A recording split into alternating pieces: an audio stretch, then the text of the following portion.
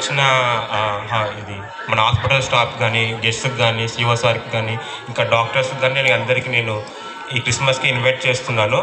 మనం క్రిస్మస్ ఇప్పుడు వాక్యంలోకి వెళ్ళే ముందు మనం ఒకసారి ప్రేయర్ చేసుకుందాము. ఒకసారి అందరు కళ్ళు మూసుకోండి.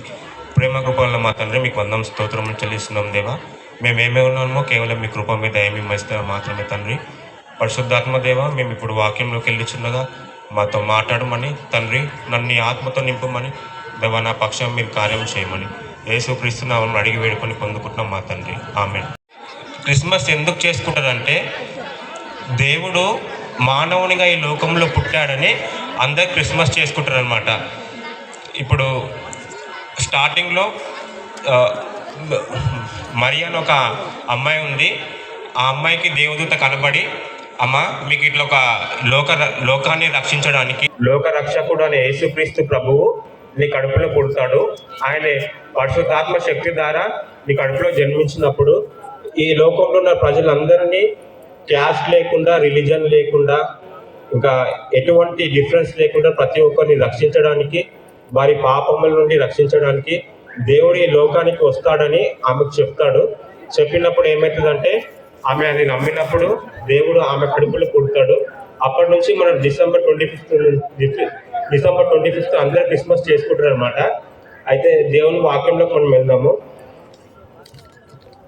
బైబిల్లో చెప్పినట్టు బైబిల్లో ఏం చెప్పాడంటే, దేవుడు లోకమును ఎంతో ప్రేమించెను, కాగా ఆయన తన అద్వితీయ కుమారునిగా పుట్టినవాని యందు విశ్వాసం ఉంచు ప్రతివాడు నశింపక నిత్య జీవం పొందినట్లు ఆయనను అనుగ్రహించెను అని బైబిల్లో ఉందన్నమాట.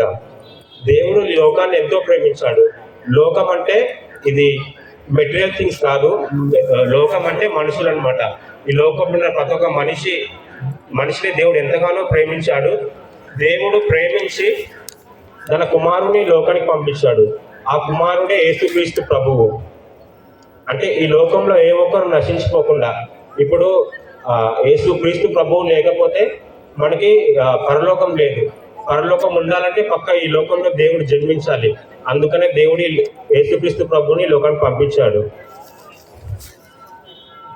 నెక్స్ట్ ఇంకోటి, ఆయన దేవుని స్వరూపము కలిగిన వాడై ఉండి దేవునితో సమానముగా ఉండుట విడిచిపెట్టకూడని భాగ్యమని ఎంచుకోలేదు, కానీ మనుషుని పోలిగా పుట్టి దాసుని స్వరూపము ధరించుకొని తన్ను తానే రిక్తునిగా చేసుకొనెను.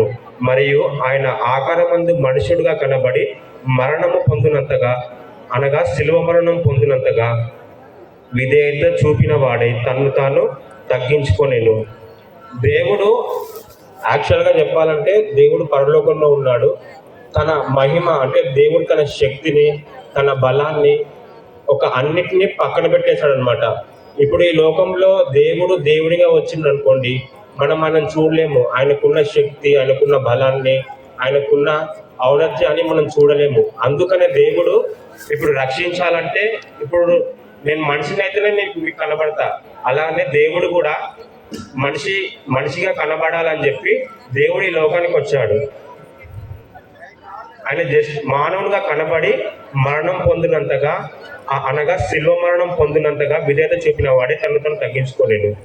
దేవుడు ఈ లోకానికి వచ్చింది కేవలము మనుషులను రక్షించడానికి, ఆయన మన పక్షమున శిలువ మరణం పొందడానికి. ఇప్పుడు ప్రతి వేదాలలో చెప్పినా, ఎక్కడ చెప్పినా, బైబిల్లో చెప్పినా, ఒక మనిషి పరలోకానికి వెళ్ళాలంటే, దేవుని దగ్గరికి చనిపోయినాక వెళ్ళాలంటే, తనకి తన మోక్షానికి వెళ్ళాలంటే, తన ఆత్మ చనిపోయిన తర్వాత కేవలము అతను రక్తం చిందించాలి.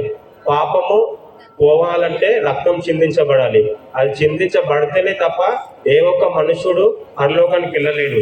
కాబట్టి యేసుక్రీస్తు ప్రభువు ఈ లోకంలో మానవుగా జన్మించి తాను శిలువ మరణం పొందినంతగా, అంటే దేవుడు మీరు అన్ని చాలా చోట్లలో చూసుంటారు.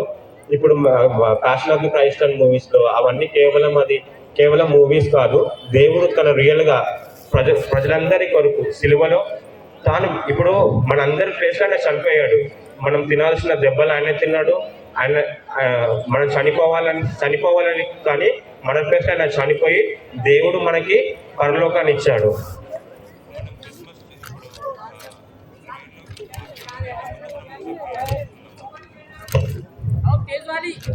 ఇంకా ప్రతి ఒక్కరిని రక్షించడానికి దేవుడు ఈ లోకంలో పరిశుద్ధాత్మను కూడా అనుగ్రహించాడు.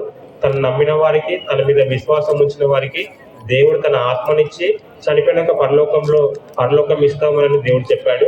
క్రిస్మస్కి మూలం ఏంటంటే, క్రిస్మస్కి మెయిన్ రీజన్ ఏంటిదంటే, దేవుడు మనుషులని పరలోకంలో చేర్చాలని మాత్రమే ఈ లోకంలో పుట్టాడు.